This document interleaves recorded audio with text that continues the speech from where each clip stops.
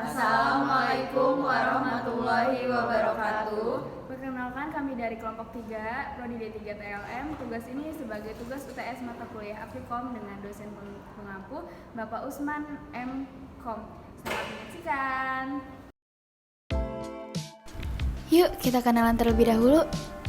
Halo, nama saya Indah Putri Syaharani dengan NIM 2202009, Prodi D3 TLM Stikes Prima Indonesia.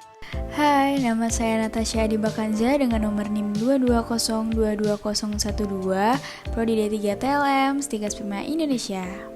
Halo, nama saya Nidal Mijuan Hafiz dengan NIM 220222013 dari Prodi TLM Stikes Prima Indonesia.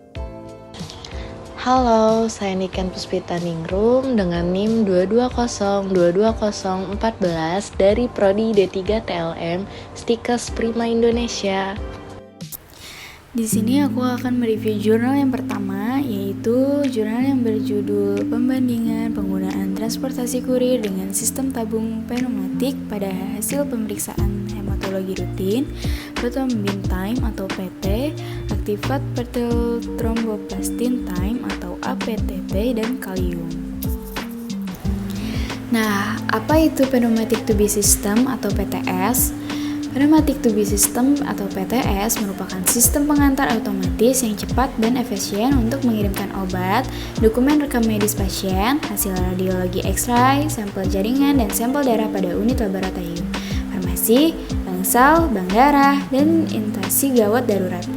PTS digunakan untuk mengurangi waktu tunggu hasil laboratorium sehingga dapat mengurangi kesalahan pre-analitik akibat penundaan pemeriksaan antara pengambilan sampel darah dan analisis darah. Waktu tunggu hasil pemeriksaan laboratorium antara sampel yang dikirim menggunakan PTS lebih singkat dibandingkan dengan pengiriman secara manual. Keuntungan menggunakan PTS adalah dapat langsung mengantarkan sampel darah setelah pengambilan darah. Tujuan dan metode penelitian. Tujuan penelitian adalah untuk memvalidasi dan mengetahui perbandingan antara menggunakan angkutan kurir dengan menggunakan PTS pada hasil pemeriksaan hematologi rutin, PTA, PTT, dan kalium. Metode penelitian eksperimen dengan menggunakan post-test without control. Kriteria objek penelitian adalah pasien berusia kurang lebih 18 tahun tanpa penyakit penyerta dan tidak sedang menjalani terapi obat pengencer darah, serta memiliki riwayat gangguan trombosit. Setiap objek penelitian diambil darah EDTA, sitrat, dan kimia dari masing-masing 2 tabung, kemudian dipisahkan menjadi 2 kelompok. Pengiriman 2 kelompok sampel ke laboratorium dilakukan dengan 2 cara, pneumatic tube system, dan diantar oleh petugas pengiriman. Data pemeriksaan diolah menggunakan Pirate t-test dengan menggunakan bantuan software Brims Graphite. Selanjutnya masuk ke bab pembahasan. Yang pertama, pemeriksaan hematologi rutin dilakukan dengan menggunakan alat Sysmex XP100. Berdasarkan tabel pertama, hasil pengujian PLT antara sampel yang diangkut PTS dengan angkutan kurir terdapat perbedaan yang signifikan dengan selisih SD sebesar 32,64 dan p-value 0,0190. Sampel yang dikirim PTS menunjukkan peningkatan jumlah hasil PLT. Peningkatan PLT ini disebabkan adanya tekanan dari PTS yang menyebabkan fragmentasi PLT. Yang kedua, ada uji parameter koagulasi yang dilakukan pada penelitian ini adalah PT dan APTT. Alat yang digunakan dalam penelitian untuk uji koagulasi adalah Stagostart. Penelitian ini menunjukkan tidak adanya perbedaan yang signifikan antara hasil uji PPT dan APTT pada sampel yang diangkut antara PTS dengan angkutan kurir. Sistem transportasi PTS tidak menyebabkan aktivasi faktor pembekuan pada tes PTT sehingga aman untuk hasil tes PTT.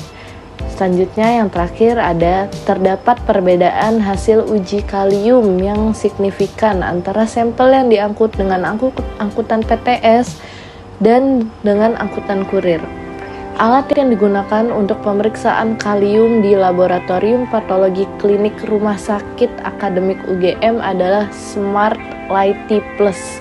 Perbedaan hasil kalium yang signifikan dimungkinkan karena hemolisis mikro tidak dapat dilihat oleh mata. Hal ini terjadi karena kecepatan penghantaran, panjang sistem, percepatan atau perlambatan mendadak sistem, perubahan tekanan udara, dan perubahan arah gerak PTS yang menyebabkan mikrohemolisis. Hasil pengukuran WBC, RBC, HB, HCT, MCV, MCH, MCHC, PT, dan APTT pada penelitian ini tidak ada perbedaan yang signifikan. Namun, ditemukan adanya perbedaan yang signifikan pada hasil uji PLT atau trombosit dan kalium dengan menggunakan sampel yang diangkut dengan transportasi PTS dan kurir.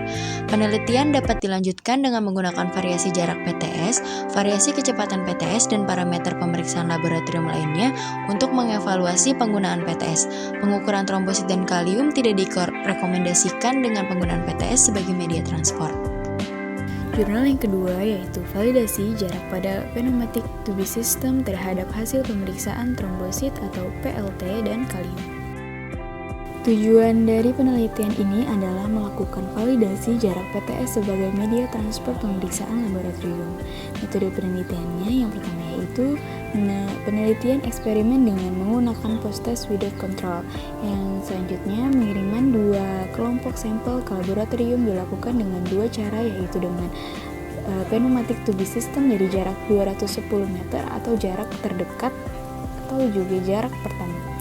Bangsal Yudhistira 2 dan laboratorium, dan dengan pneumatic tubing system dari jarak 315 meter atau jarak terjauh jarak 2, IGD dan laboratorium. Kedua kelompok sampel diproses untuk dilakukan pemeriksaan laboratorium trombosit dan kalium. Selanjutnya, data pemeriksaan diolah menggunakan Payet test dengan bantuan software SEMGAPAD. Hasil pembahasan yaitu berdasarkan gambar 1 dan tabel 1 merupakan perbandingan hasil pemeriksaan trombosit yang dikirim menggunakan PTS dari YD2 dan IGD. Pemeriksaan trombosit dilakukan menggunakan alat Cymex XN550. Analisa hasil menggunakan Freeze Graphite untuk mengetahui perbedaan hasil pemeriksaan trombosit pada sampel yang dikirim menggunakan PTS dari YD2 dan IGD. Secara statistik didapatkan hasil tidak berbeda secara signifikan untuk pemeriksaan trombosit. Selanjutnya masuk ke bab pembahasan. Gambar 2 pada tabel 2 merupakan perbandingan hasil pemeriksaan kalium yang dikirim menggunakan PTS dari YD2 dan IGD. Pada penelitian ini tidak terdapat perbedaan hasil pemeriksaan kalium yang signifikan antara sampel yang dikirim menggunakan PTS dari YD2 dan IGD. Alat yang digunakan untuk pemeriksaan kalium di Laboratorium Patologi Klinik RSA UGM adalah Smart Lighty Plus. Nah, kesimpulannya yaitu tidak terdapat perbedaan signifikan hasil pemeriksaan trombosit, PLT, dan kalium dari sampel yang dikirim menggunakan PTS dari YD2 dengan sampel yang dikirim menggunakan PTS dari IGD. Perbedaan jarak antara gedung pendek dan jauh dari pada PTS tidak mempengaruhi hasil pemeriksaan trombosit dan kalium. Kecepatan PTS yang diterapkan di RSA UGM adalah 3-5 meter persegi. Jarak terdekat untuk pemasangan PTS di RSA UGM adalah 210 meter antara laboratorium dan YDA2. Dan jarak terjauh yaitu 315 meter antara laboratorium dan IGD. Kemungkinan terjadinya perubahan kecepatan secara mendadak pada PTS sangat kecil dikarenakan sudah dilakukan konfigurasi dan uji fungsi oleh penyedia alat sebelum alat tersebut siap untuk digunakan. Kain pelapis sampel yang digunakan untuk pengiriman sampel di dalam tubi juga terjadi salah satu pengaman sampel dari goncangan yang berlebih pada PTS selama pengiriman. Hal ini menjadi salah satu penyebab tidak ada perbedaan hasil trombosit dan kalium yang dikirim dari jarak yang berbeda. Jadi, pneumatic tube system adalah sebuah teknologi yang berfungsi sebagai media transport spesimen yang memiliki dampak positif dan dampak negatifnya. Keuntungan penggunaan PTS ini dapat mengurangi waktu tunggu hasil laboratorium dan mengurangi tenaga kerja manual sehingga dapat meningkatkan kualitas pelayanan kepada pasien. Namun, PTS juga memiliki kelemahan yang disebabkan oleh adanya perubahan kecepatan dan tekanan pada sistem vakum PTS yang dapat menyebabkan sampel darah menjadi hemolisis.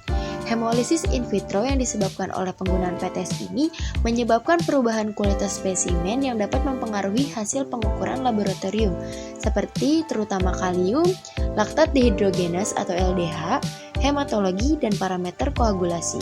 PTS dapat menyebabkan hemolisis karena kecepatan pengiriman, panjang sistem, percepatan atau perlambatan mendadak dari sistem, perubahan tekanan udara, dan perubahan arah gerak dari PTS.